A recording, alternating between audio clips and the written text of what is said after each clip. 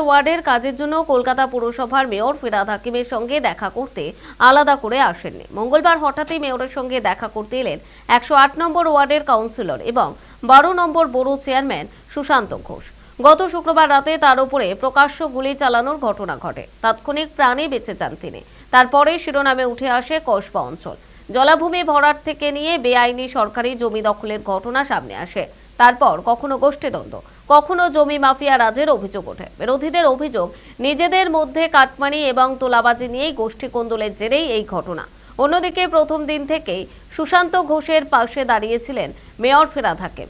মঙ্গলবার দুপুরে 3:20 নাগাদ মেয়রের ঘরে দেখা করেন 108 নম্বর ওয়ার্ডের কাউন্সিলর সুশান্ত ঘোষ। তার উপরে হামলার পর একাধিকবার বেআইনি নির্মাণ নিয়ে, জলাভূমি ভরাট নিয়ে মুখ খুলেছেন সুশান্ত ঘোষ। তারপরে বিরোধীরা শাসক দলের মধ্যে জমি মাফিয়া থেকে নিয়ে বেআইনি নির্মাণ নিয়ে সরব হয়েছিলেন।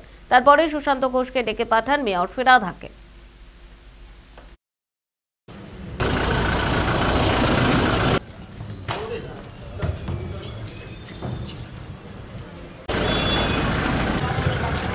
আমার ওয়ার্ডের কাজের জন্য এসেছিলাম। ওয়ার্ডের কাজের জন্য এসেছিলাম।